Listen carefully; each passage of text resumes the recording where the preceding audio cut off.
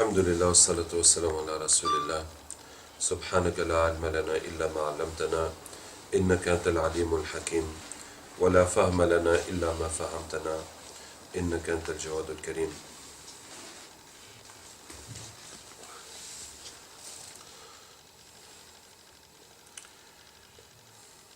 Alhamdulillah, nous allons parler du prophète sallallahu alayhi wa sallam dans les épreuves. Combien de fois le prophète sallallahu alayhi wa sallam était éprouvé, combien de fois les gens étaient contre lui, malgré toutes ses qualités, malgré toute la place qu'il a chez Allah, malgré tous les efforts qu'il fait pour les gens, malgré toute sa patience, tout son amour pour les gens, malgré toutes ses prières chaque nuit, il prie à Allah tabaraka wa ta'ala d'avoir pitié de sa ummah. Et pourtant, combien il a souffert, combien de difficultés il voyait, combien les gens étaient têtus dans son opposition à lui.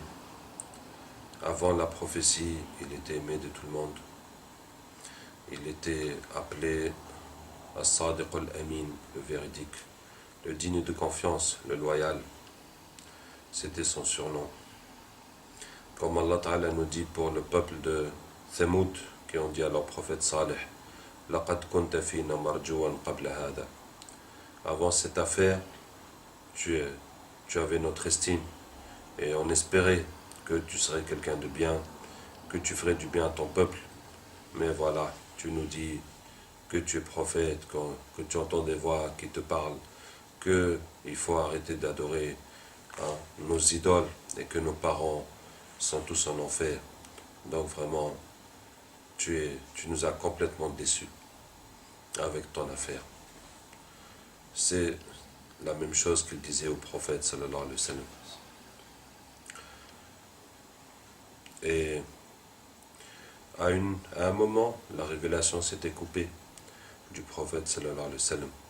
Au début de la révélation, il y a une coupure de plusieurs mois, de 6 mois, selon certaines versions dans la Sira. Et le prophète sallallahu alayhi wa sallam pensait que Allah tabaraka wa ta'ala l'avait délaissé, avait renoncé de faire de lui un prophète et le porteur du message, car il n'avait pas les qualités requises, car il n'était pas bon pour cette mission.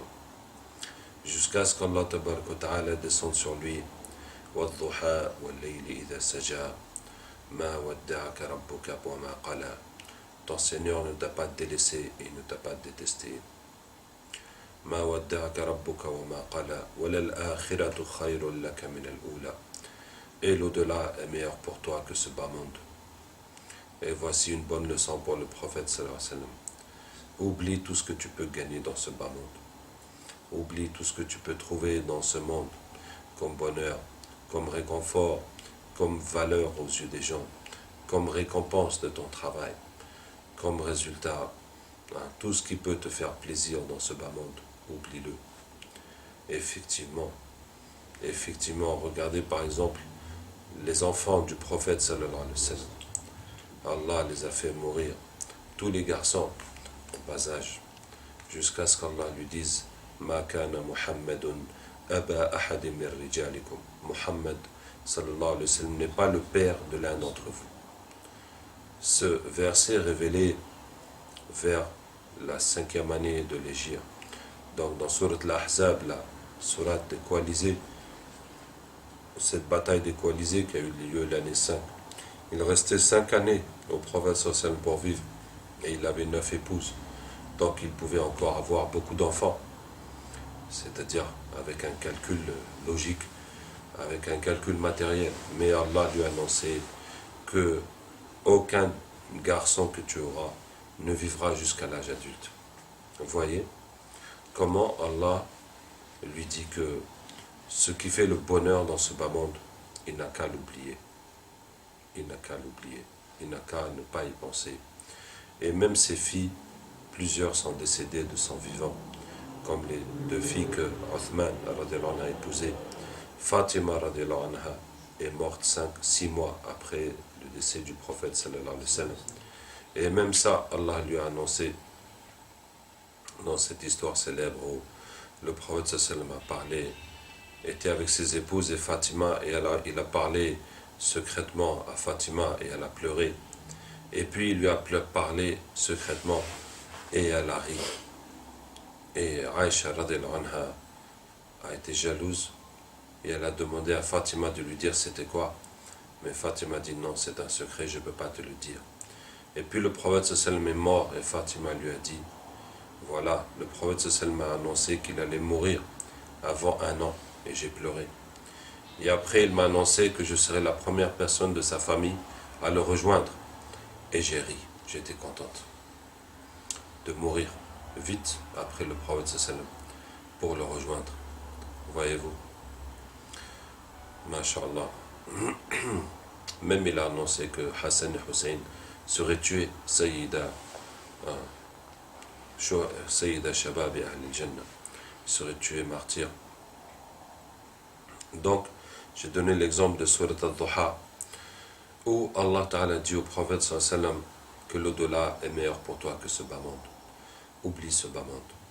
Et subhanallah, mes frères, yani, on peut se poser la question, mais est-ce que pour gagner l'au-delà, pour gagner le haut degré dans l'au-delà, c'est obligé de souffrir, c'est obligé d'être triste, c'est obligé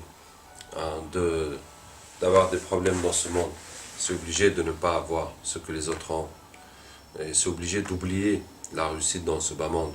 Et bien en tout cas dans la vie du prophète sallallahu alayhi wa sallam, il semble bien que ce soit inévitable, que ce soit incontournable,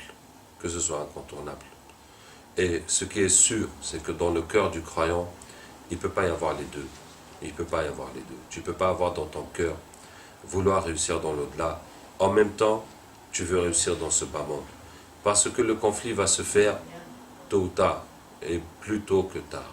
Le conflit va se faire que tu vas voir les intérêts de ton bas monde en péril, et bien entendu, ça va te pousser à sacrifier l'au-delà, sacrifier une partie de l'au-delà pour assurer ce bas monde, et donc tu n'iras pas loin dans l'au-delà. Donc, il faut oublier toute réussite dans ce bas monde. Qu'Allah ait pitié de nous. Qu'Allah ait pitié de nous. Et se consacrer, travailler pour l'au-delà. Qu'Allah Ta'ala nous aide. Donc, je reviens au prophète sallallahu alayhi wa sallam, comment il souffrait, comment il était triste. Et donc, après cette rupture, la relation est revenue, la révélation est revenue, et le prêche continuait.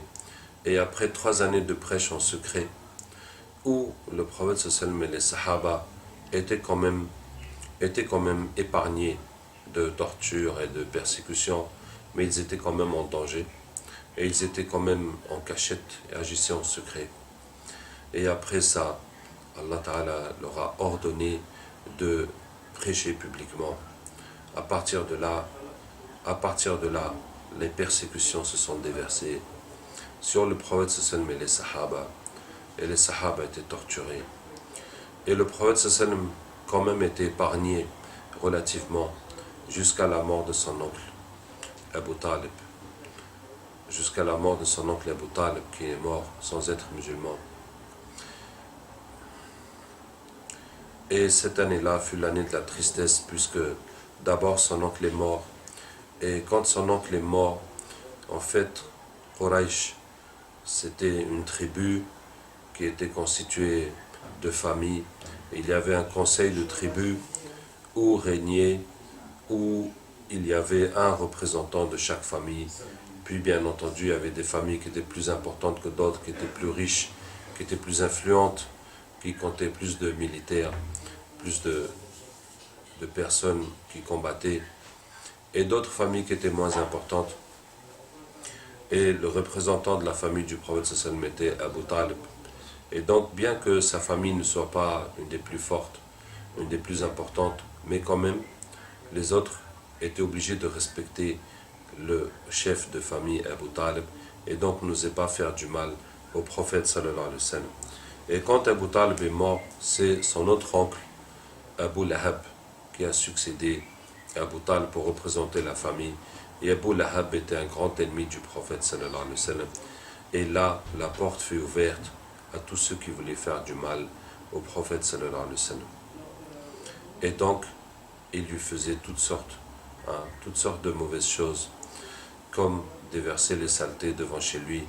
Mais aussi une fois, le prophète sallallahu alayhi wa sallam priait devant la Kaaba et les kuffars étaient là à côté. Et un d'entre eux dit qui est-ce qui peut aller à l'abattoir et nous ramener des entrailles de chameau pour qu'on les déverse sur le prophète sallallahu alayhi wa sallam.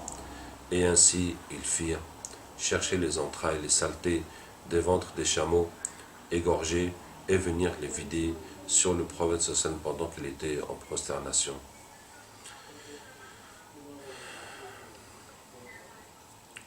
Et une fois ils avaient frappé le prophète sallallahu alayhi wa sallam. Un des kuffars a dit que je vais vous montrer, je vais en finir. Il l'a pris avec ses habits et il l'a étranglé alors que le prophète sallallahu alayhi wa sallam priait. Et c'est Abu Bakr qui est venu le pousser et le défendre. Et il disait Ataqtuluna rajulan an yaqula rabbi Allah. Est-ce que vous tuez un homme parce qu'il dit que mon Seigneur est Allah? Et le prophète sallallahu alayhi wa sallam allait tous les matins en marché et il prêchait les gens. Ya ayyuhan nas, qulu la ilaha illallah tuflihu, aux gens. Dites la ilaha illallah, vous gagnerez, vous réussirez.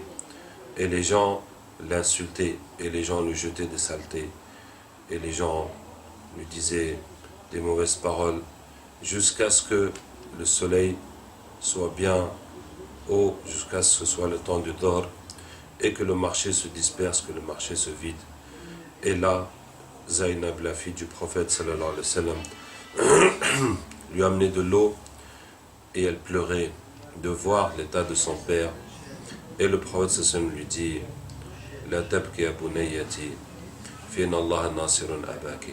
Ne pleure pas, ma fille, Allah va aider ton père. Et ainsi se suivaient les années et les souffrances du prophète sallallahu. J'ai dit l'année de la tristesse, son oncle Abu Talib est mort. Sa femme Khadija radhiyallahu anha est morte. Celle qui l'a tant soutenu, qui a tout dépensé pour lui, elle est morte dans la pauvreté, dans la misère. Puisque cette année-là, c'était le boycott. Les Sahaba, avec le prophète sallallahu, étaient boycottés dans le quartier des Banu Hashim, dans un quartier. Les musulmans étaient isolés et les autres avaient interdit de commercer avec eux, de se marier avec eux, de leur vendre. Et plusieurs sont morts dans la famine. Et c'est comme ça que Khadija radhiyallahu anha est morte dans la pauvreté après avoir dépensé tout son argent pour le prophète sallallahu. Et en quoi elle a dépensé son argent? C'était pour recueillir, pour héberger, pour nourrir tous les pauvres qui étaient autour du prophète sallallahu alayhi wa sallam. Il y avait des pauvres qui étaient la majorité de ceux qui ont cru. Il y avait des jeunes adolescents qui ont cru au prophète sallallahu alayhi wa sallam et qui ont été rejetés par leurs parents. Donc ils n'avaient plus aucun endroit où aller. Et il y avait aussi des esclaves que Abu Bakr a affranchis. On connaît Bilal, il y a plusieurs autres esclaves. Mais ces esclaves, une fois qu'ils ont été affranchis par Abu Bakr radhiyallahu anhu, n'avaient aucun endroit où aller. Et donc tous ces gens étaient avec le prophète sallallahu alayhi wa sallam.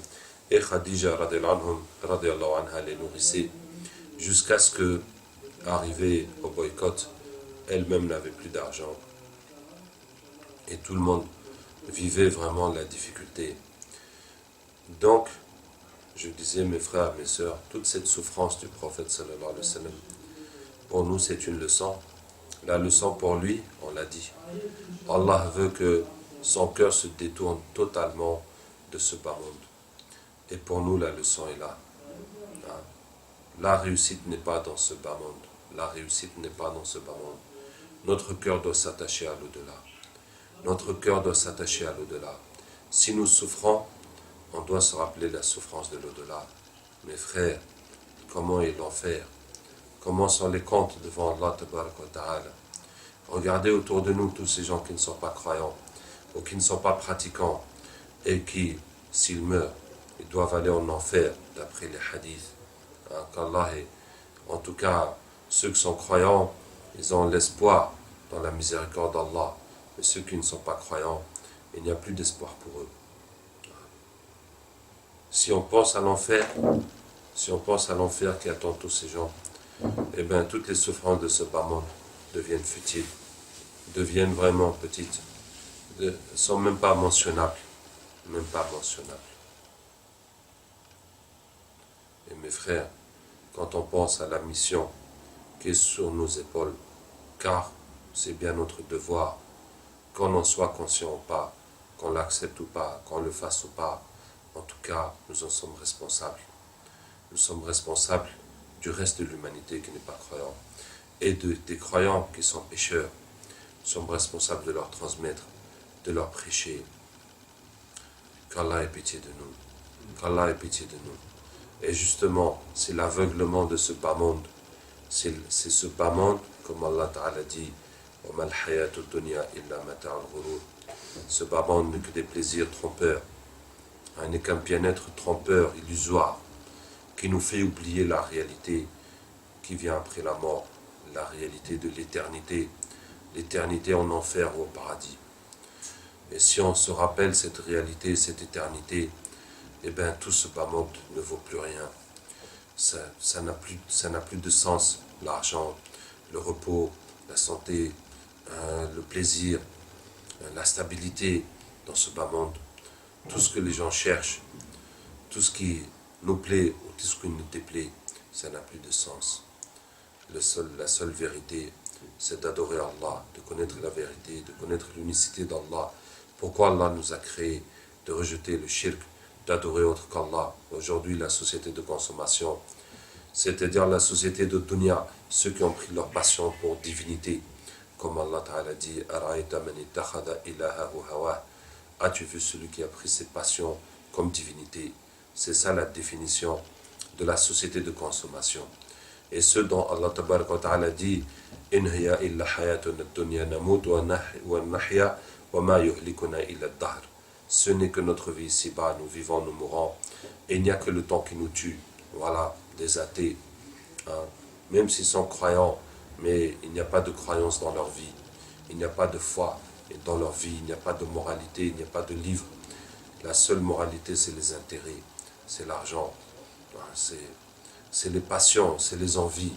Qu'Allah ait pitié de nous, qu'Allah ait pitié de nous, parce que nous avons l'islam, alhamdulillah, nous en sommes contents, et même nous en sommes fiers, mais nous sommes incapables de l'apporter aux autres. Nous sommes incapables de montrer aux autres la vérité de l'islam. La vérité de l'islam, ça ne se transmet pas avec la parole, avec l'argumentation, avec la démonstration, ça se transmet de notre vie. Ainsi, l'islam est tellement merveilleux, mais il faudrait que notre vie soit merveilleuse, il faudrait que notre vie soit enviable, il faudrait que notre vie, sur tous les plans, soit meilleure. Or, mes frères, ce n'est pas le cas. Et malheureusement, très souvent, c'est nous qui avons des leçons à recevoir des non-musulmans. C'est bien la réalité. Qu'Allah ait pitié de nous. Je reviens à la souffrance du prophète sallallahu alayhi wa sallam, à sa tristesse, et comment le prophète sallallahu alayhi wa sallam réagissait dans cette souffrance, dans cette tristesse. Je vais reprendre l'affaire de Taïf, quand le prophète sallallahu alayhi wa sallam est parti à Taïf. Et il faut bien comprendre pourquoi le prophète sallallahu alayhi wa sallam est parti à Taïf, et justement, c'était l'année de la tristesse. C'était l'année de la tristesse, pendant que les morts et les difficultés du prophète sallallahu alayhi wa sallam se sont multipliées à la Mecque. Maintenant, les mécréants pouvaient s'en prendre à lui impunément, sans limite, se moquer de lui, lui faire du mal. Et sa femme Khadija est morte. Et il a un enfant qu'il a perdu cette année-là. Et le prophète sallallahu alayhi wa sallam est parti à Taïf pour essayer de trouver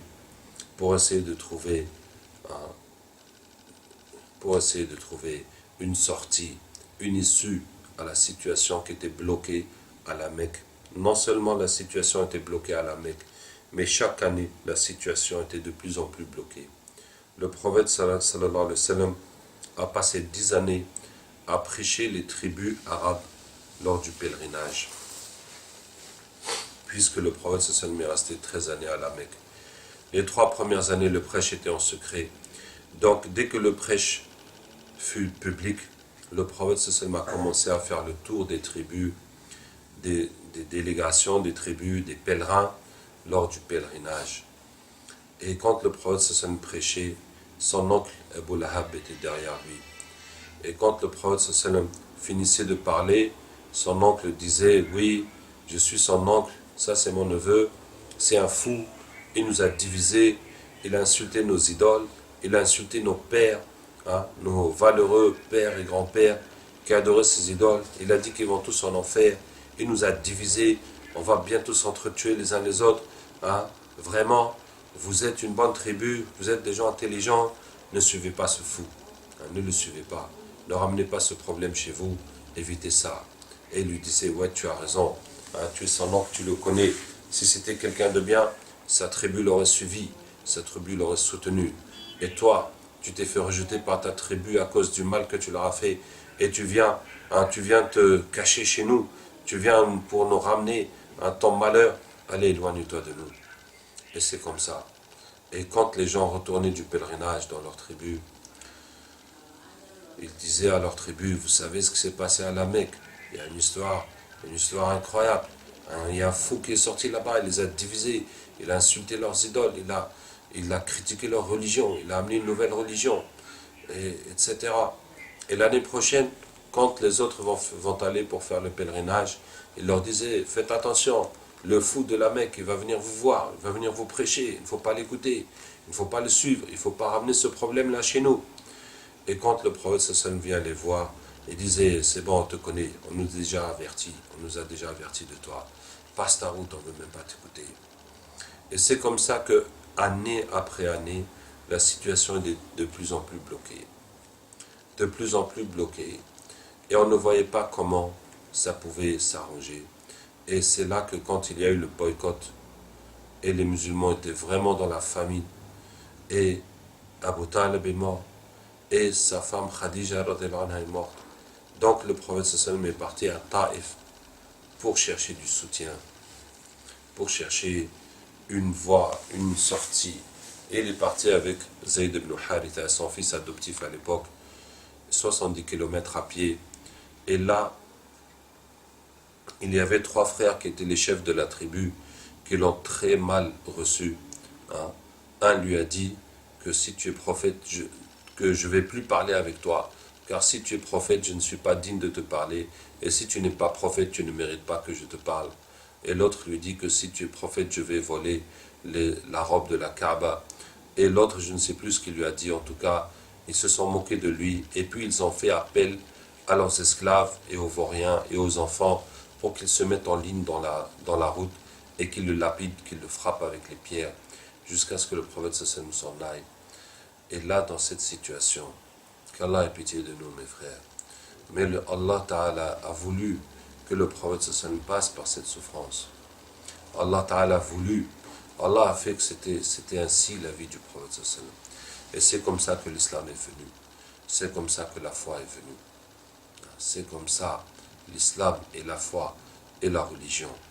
Et si nous voulons aujourd'hui reconstruire ce que le prophète sallam a laissé, reconstruire ce qui s'est défait depuis tous ces siècles, eh bien, c'est notre voie. Qu'Allah Ta'ala nous accepte et nous guide, qu'Allah Ta'ala nous aide.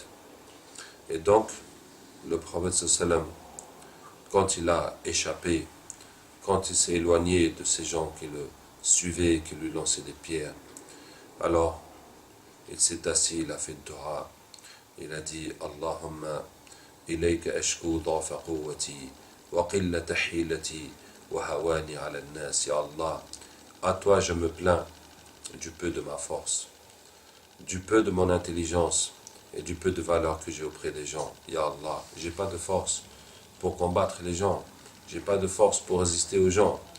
Ya Allah, j'ai pas d'intelligence pour les convaincre, j'ai pas d'arguments, j'arrive pas, comment leur expliquer ce que je leur dis, j'arrive pas à les convaincre, j'arrive pas à leur expliquer qu'il n'y a qu'un seul Dieu, qu'il faut arrêter d'adorer les statues, C'est la même chose que je répète depuis des années.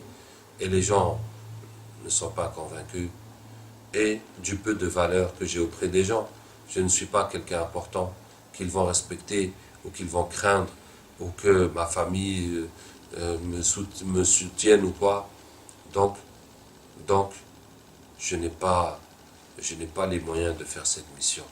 Ya Allah, voilà, tu m'envoies pour la guider des gens, j'échoue, puisque je n'arrive pas. Voilà, les gens me rejettent, les gens me repoussent. Hein?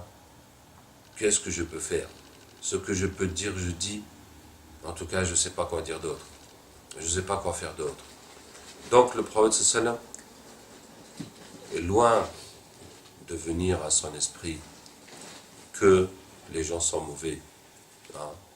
Il ne va pas dire, Ya Allah, tu m'envoies à ces gens, ah, ils ne méritent pas, il faut les massacrer. Ça ne sert à rien, c'est une perte de temps. Non, ça ne lui vient même pas à l'esprit de critiquer les gens. Ce qui vient à son esprit, c'est lui qui n'est pas apte à cette mission. C'est lui qui n'a pas les qualités pour faire cette mission. Et puis il dit, si tu n'es pas fâché contre moi, ce n'est pas grave. Peu m'importe. Tant que toi tu es content de moi, j'accepte ce que tu as fait. Et je supporterai pour toi jusqu'à ce que tu sois satisfait. Si toi tu es content de moi, si tu es satisfait du travail que j'ai fait, tout le reste n'a pas d'importance. C'est seulement ta satisfaction qui compte. Et voyez donc que le but de ces souffrances, c'est quoi? C'est de purifier le cœur du prophète sallallahu alayhi wa sallam, alors qu'il est déjà pur. Mais de purifier le cœur du prophète sallallahu alayhi wa sallam et des sahaba de toute autre chose qu'Allah. De toute autre chose qu'Allah. Et si tu veux savoir s'il y a autre chose qu'Allah dans ton cœur, eh bien les souffrances sont là pour te montrer. Tu souffres de quoi? Est-ce que tu souffres de quoi? Est-ce que tu souffres d'un manque matériel? Est-ce que tu souffres parce que tu as peur pour ton avenir? Est-ce que tu souffres parce que les gens ne t'apprécient pas? Est-ce que tu souffres parce que tu n'as pas obtenu ce que tu voulais? Et tu vois que tout ce qui te fait souffrir, c'est la dunya. Ou bien c'est quoi? Que tout ce qui te fait souffrir, c'est la dunya. Et c'est cette souffrance, maintenant que tu souffres, que tu dois te rappeler l'au-delà, et l'enfer, et le paradis, et la satisfaction d'Allah, et la situation des gens. Et c'est maintenant que tu vois que ta souffrance ne vaut rien, parce que tu souffres pour la dunya. Et pense à tous ces gens qui sont éloignés de la religion, et qui vont pour l'éternité en enfer, et à tous ces musulmans qui sont dans les péchés. Et c'est ça qui doit te faire souffrir normalement. Normalement, c'est ça qui doit te faire souffrir. De voir les gens éloignés d'Allah. Si tu comprends cette souffrance, tu comprends la pensée des prophètes. Tu comprends le souci des prophètes. وَمَا أَرْسَلْنَاكَ إِلَّا رَحْمَةً لِلْعَالَمِينَ. On t'a envoyé que miséricorde pour l'existence. Regardez la souffrance du prophète sallallahu alayhi wa sallam. Quand les gens de la Mecque, pour le bloquer, pour chercher à le bloquer, ont fait appel aux Juifs de Médine. Et les Juifs sont venus, ils ont posé 3 questions au prophète sallallahu alayhi wa sallam. Parle-nous des jeunes qui ont disparu pendant très longtemps. Parle-nous d'un homme qui a dominé l'Est et l'Ouest. Et que dis-tu de l'âme? Et le prophète sallallahu alayhi wa sallam a dit, je vous réponds demain. Et il a oublié de dire, Inch'Allah. Et la révélation s'est interrompue pendant 1 mois.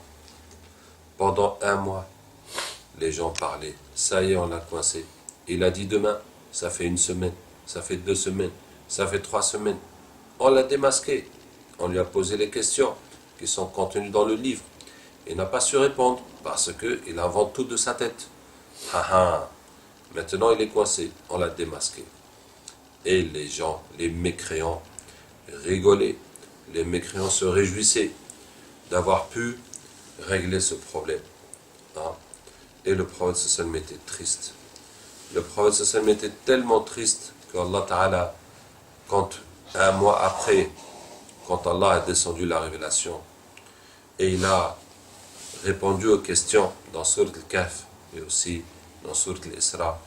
Et donc Allah a dit فَلَعَلَّكَ بَاخِعٌ نَفْسَكَ عَلَى آثَارِهِمْ إِن لَمْ يُؤْمِنُوا بِهَذَا الْحَدِيثِ أَسَفًا. Peut-être que tu vas te tuer à cause d'eux, tellement tu te fais de soucis qu'ils ne veulent pas croire en ces paroles.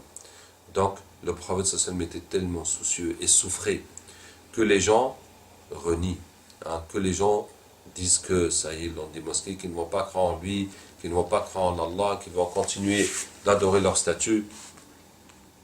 Et tellement le prophète sallam était triste que Allah lui dit, mais tu n'as pas besoin de te tuer de tristesse et de soucis à cause d'eux, parce qu'ils ne veulent pas croire en ces paroles. Voici la tristesse, le souci du prophète sallallahu alayhi wa sallam. Et puis Allah tabaraka wa ta'ala a donné toutes les réponses. Et Allah a dit au prophète sallallahu alayhi wa sallam وَلَا تَقُولَنَّ لِشَيْءٍ إِنِّي فَاعِلٌ ذَلِكَ غَدًا إِلَّا أَنْ يَشَاءَ اللَّهُ. Ne dis pas une chose que je ferai cela demain, sauf si Allah veut. Ah voilà, tu as oublié de dire Inch'Allah. C'était ça le problème. Subhanallah. Vous voyez la leçon inoubliable que Allah Ta'ala donne au prophète sallallahu alayhi wa sallam pour avoir oublié de dire Inch'Allah. Combien de souffrances. Et donc,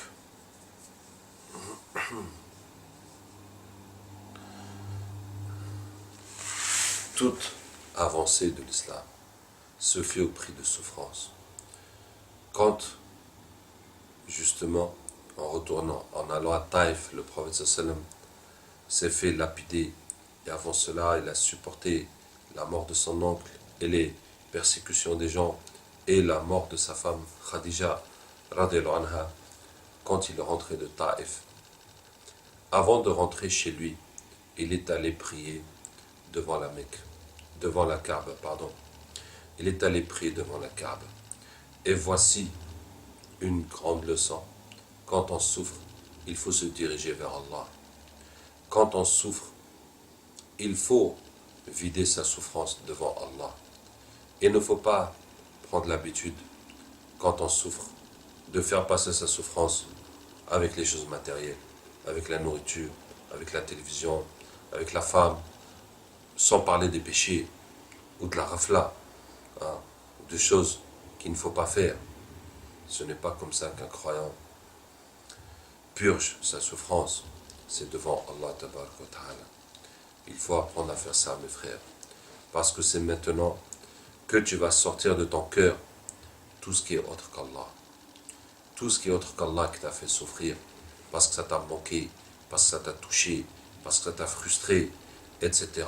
C'est maintenant qu'il faut le sortir et t'attacher à Allah, t'attacher à ton Créateur, devant qui tu vas te retrouver le jour dernier pour rendre des comptes.